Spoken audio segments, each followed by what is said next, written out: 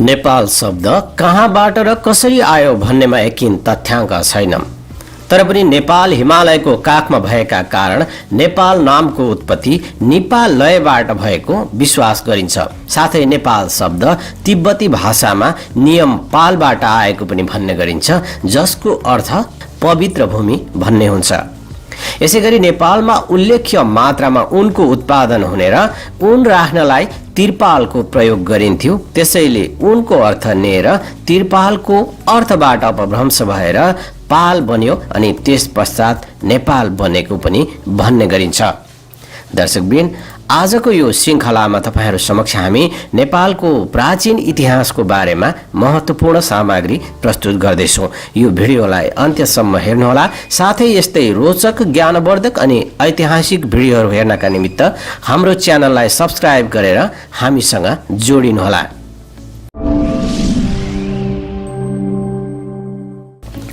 नेपालको प्राचीन समयको कुरा गर्दा नेपाली सभ्यताको इतिहासलाई केलाउँदा यहाँको प्राचीन इतिहास धेरै हदसम्म काल्पनिक र अतिरञ्जित भए पनि मूल कुराहरू भने प्रमाणित भएका छन्।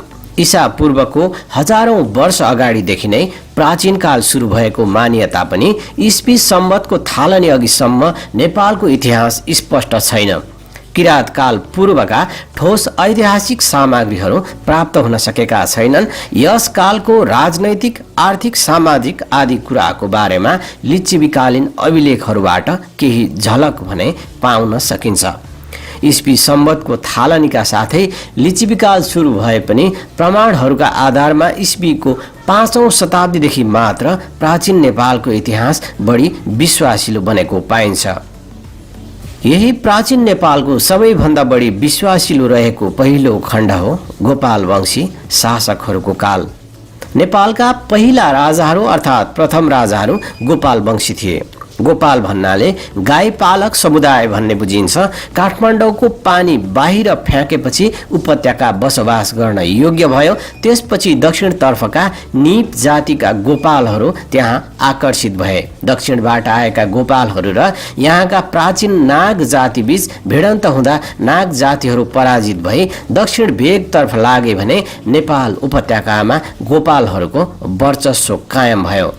वंशावलीहरूमा उल्लेखित कथा अनुसार यिनीहरूको एउटा बहुद्री नाम गरेको गाईले सधैँ बागमती तीरको एक ठाउँमा गएर दूध चढाउने गर्दथिन्। सो स्थल खनि हेर्दा पशुपतिको ज्योतिर्लिङ्ग उत्पन्न भयो। टेकु दोभानमा तपस्या गरिबस्ने ने मुनिले गोपाल वंशका भुक्तमान, भूमिगुप्त पनि भनिन्छ, उनलाई राजा बनाइदिए। यिनी गोपाल वंशका संस्थापक मात्र नभई नेपालका प्रथम राजा पनि भए। गोपाल वंशी 8 जना शासकहरू भूमिगुप्त, जयगुप्त, धर्मगुप्त, हर्षगुप्त, भीमगुप्त, मणिगुप्त, विष्णुगुप्त र जिनगुप्तले करिब 505 वर्ष 3 महिना नेपालको शासन गरे भन्ने अभिलेखहरूमा पाइन्छ। दर्शकवृन्द, प्राचीन नेपालको इतिहासको अर्को कालखण्ड महिषपाल वंशी राजाहरूको रहेको छ। गोपाल वंशका जिनगुप्तलाई युद्धमा पराजित गरी महिषपालहरूले नेपालको शासनमा नियन्त्रण कायम गरेको कुरा गोपाल वंशी राजवंशावलीमा उल्लेख गरिएको छ। तर केही इतिहासकारहरूका अनुसार गाई पाल्नेलाई गोपाल भने झैँ भैँसी पाल्नेलाई महिषपाल वा अभिर भनिन्थ्यो। तर गोपाल र अभिर एउटै वंशका भएका र पेशागत आधारमा मात्र दुई समुदायमा विभाजित भएको मानिन्छ। कर्क पेट्रिकको वंशावलीमा अभिरहरू राजपूत उत्पत्तिका ग्वालाहरू भएका र सिमरौनगढ र जनकपुर बीचको समतल भूमिमा आफूसँग हात हतियार समेत राखी ठूलो संख्यामा भैँसी पाल्ने गरेकोमा पछि उपत्यका प्रवेश गरी गोपाल वंशी राजाहरूलाई हराई शासन नियन्त्रण गरेका थिए भनी उल्लेख गरिएको छ। यस वंशका प्रथम राजा वीर सिंह हुन्। गोपाल वंशावली अनुसार यस वंशका 3 शासकहरूमा बरसिंह, जयसिंह र भुवन सिंहले क्रमशः 49 वर्ष, 71 वर्ष 2 महिना र 41 वर्ष गरी जम्मा 161 वर्ष 2 महिना शासन गरेका थिए। त्यस पश्चात सुरु हुन्छ किराँत वंशी राजाहरूको काल। नेपाल उपत्यकामा राज्य गर्ने लिच्छवी राजवंशभन्दा अगाडि र महिषपाल वा अभिर वंशभन्दा पछाडि बीचको समयमा किराँत वंशीय राज खलकको शासन उपत्यकामा रहेको थियो भन्ने विवरण साहित्यिक स्रोतहरूमा फेला पर्ने गर्दछ। गोपाल वंशावलीमा किरात राजाहरूको सूचीका साथै उनीहरूको मूल स्थान तामाकोशी र सोनकोशी बीचको भूभाग भनी बताइएको छ। अबिर वंशका अन्तिम राजा भुवन सिंहलाई युद्धमा पराजित गरी किरात वंशी राजा युलुङ वा यलम्बरले शासनमा नियन्त्रण कायम गरेका थिए भन्ने भनाइ छ। यो द्वापर युगको अन्त्य वा कलियुगको प्रारम्भतिर 6औं शताब्दीमा घटेको घटना मानिन्छ। नेपालमा ऐतिहासिक घटनाक्रमको सुरुवात किराती राजाहरूबाटै भएको मानिन्छ। गोपाल वंशावलीमा 32 भाषा वंशावलीमा 28 र राइट वंशावलीमा 29 राजाहरूको विवरण पाइन्छ। तथापि किरात वंशका 29 पुस्ताका 32 राजाहरूले झण्डै 1500 वर्ष जति शासन चलाएको मानिन्छ। किरात वंशी मुख्य राजाहरूको नामावली यस प्रकार रहेको छ। पहिला राजा यलम्बर। किरात राज्यका संस्थापक यलम्बर ज्यादै वीर थिए। यिनले महिषपाल अबिर वंशका शासक भुवन सिंहलाई हराएर किरात राज्य व्यवस्था स्थापना गरेका थिए। यिनलाई कतै कतै युलुङ पनि भनिएको छ। यिनै नामबाट पाटन शहरको पुरानो नाम यल रहन गएको पनि मानिन्छ। अर्का राजा हुमती। यिनी 6औं किराती राजा थिए। यिनलाई गोपाल राज वंशावलीमा हती भनेर पनि उल्लेख गरिएको छ। डेनियल राइटले छपाएको वंशावलीले यिनलाई महाभारतको युद्ध कालका भनेर पनि उल्लेख गरिएको छ। हुमती पछाडि अर्का राजा आउँछन् किरात वंशका जितेदास्ती।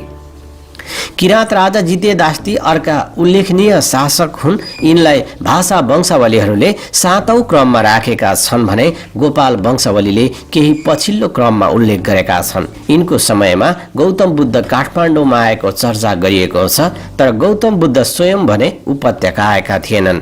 उनका चेला आनन्द मात्र नेपाल उपत्यकामा आएर बौद्ध धर्मको प्रचार गरेका थिए। जितेदास्ती पछाडि अर्का राजा आउँछन् स्थुङ्को। केही वंशावलीहरूले किरात राजा स्थुङ्को समयमा मौर्य सम्राट अशोक नेपाल आएको उल्लेख गरेका छन्, तर वंशावलीको भनाइ त्यति सत्य देखिँदैन। अशोक लुम्बिनी कपिल वस्तुमा मात्र आएका थिए। काठमाडौँ उपत्यकामा आएको कुरा भने कतै पनि प्रमाणित रूपमा भेटिएको छैन। किरातहरूपछि लिच्छवी वंशका राजाहरूले नेपालमा शासन गरेको पाइन्छ। वंशावली एवं पुराणहरूमा सूर्यवंशी क्षेत्रीयहरूले किरातहरूलाई जितेर नयाँ शासन व्यवस्था कायम गरेको पाइन्छ। गोपाल राज वंशावलीमा अनि सूर्य वंशको प्रभावले नेपालमा किरात राजालाई जितेर लिच्छवी राजवंश चल्यो भनी लेखिएको छ भने पशुपति पुराणमा पनि किरातहरूलाई बोली वचनले विश्वासमा पारेर तथा युद्धमा परास्त गरेर वैशालीका स्वामी वा पतिहरूले आफ्नो शासन सत्ता कायम गरेको भन्ने उल्लेख पाइन्छ। यसै प्रकारको सन्दर्भ हिमवत्व खण्डमा पनि पाइन्छ, जसमा वैशालीका स्वामीहरूले किरातहरूलाई जितेर नेपालमा शासन सुरु गरेको उल्लेख गरिएको छ। यस प्रकार नेपालमा लिच्छवी शासन व्यवस्थाको थालनी किरातीहरूको अन्त्यपछि लगत्तै सुरु भएको देखा पर्दछ।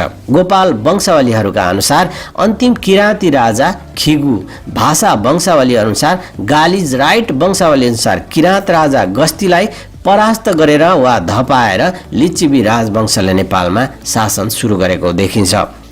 लिच्छवी राजवंशको थालनी कुन समयदेखि भयो यसबारे यकिन गर्न भने सकिएको छैन। लिच्छवीहरू नेपालमा आउनुभन्दा अगाडि भारतको मुजफ्फरपुर नगरको बसाड भन्ने वैशालीमा स्वतन्त्र गणतन्त्रात्मक शासन प्रणाली अनुसार शासन चलाउने गर्दथे।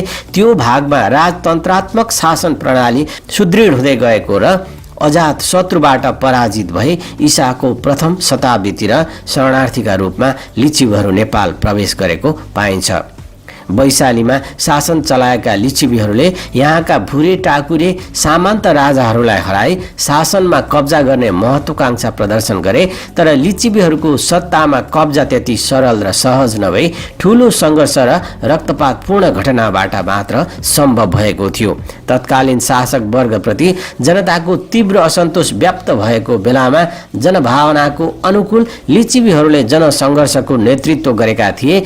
किरातहरू युद्धमा हारेर पूर्वी भेगमा विस्थापित हुन बाध्य भयो भने केन्द्रमा लिच्छवीहरूको राज्य सत्ता कायम हुन पुग्यो।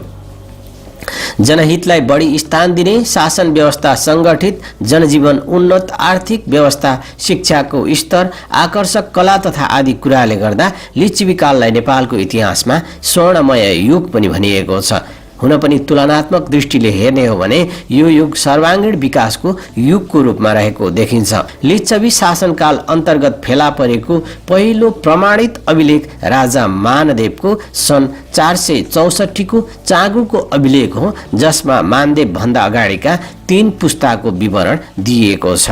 यसबाहेक लिच्छवी वंशका 8औं शताब्दीतिरका राजा जयदेवको पशुपति अभिलेखमा लिच्छवी राजाहरूको सुरुदेखिकै वंशावली लेखिएको छ, तर यस वंशावलीमा लिच्छवी राजाहरूको नामको सट्टा क्रमाङ्क मात्र लेखिएको पाइन्छ। यस वंशावलीको आधारमा सन् 464 चाँगुको अभिलेख स्थापना गर्ने राजा मानदेव लिच्छवी वंशका 39औं राजाको रूपमा देखिन्छन्। मानदेव अघिका राजाको सालाखाला शासन 20 वर्ष मानेको खण्डमा मानदेव भन्दा 760 वर्ष अघि अर्थात् 296 ईसा पूर्वमा लिच्छवी शासन नेपालमा सुरु भएको मान्न सकिन्छ। प्रसिद्ध लिच्छवीकालीन शासकहरू पनि इतिहासले धेरै नै सम्झिरहेको छ। लिच्छवीहरू मूलतः सूर्यवंशी मानिन्छन्। अयोध्याका सूर्यवंशी राजा दशरथका 8औं पुस्तामा लिच्छवी भन्ने व्यक्ति भएको मानिन्छ।